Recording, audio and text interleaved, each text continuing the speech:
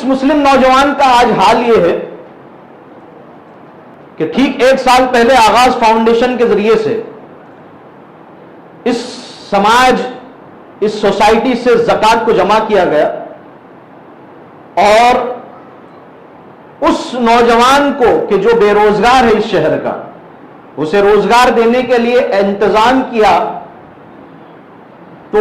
جہالت اس قسم کی بڑھ چکی ہے اس مسلم نوجوان کی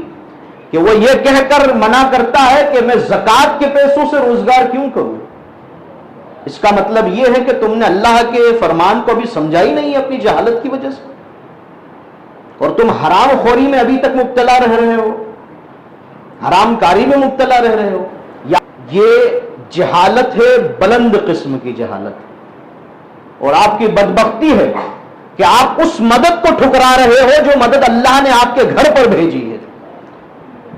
اور پھر اس کے بعد آپ کیا کریں گے؟ اپنے اسی بیٹے کی کسی قسم کے کمائی کا انتظام کرنے کے لیے آپ بینک سے لون لے کر بیاج دیں گے، انٹرسٹ بھریں گے اور حرام کام کریں گے۔ زکوٰۃ ایک ایسا سسٹم تھا کہ جس کے ذریعے سے آپ بیاج اور سود جیسی بیماری سے بچ کر اپنی قوم کے اندر سے اس حرام کاری کو نکال کر اپنی قوم کو مضبوط بنا سکتے تھے،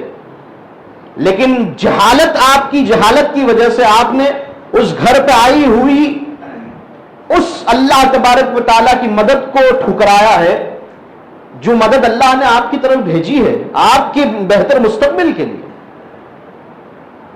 اگر آج تک کسی کا یہ عمل تھا تو جو کان اس آواز کو سن رہے ہیں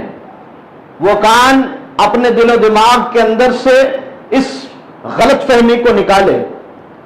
اس قوم کے نوجوان کی بے روزگاری کی وجہ سے یہ قوم برباد ہو رہی ہے،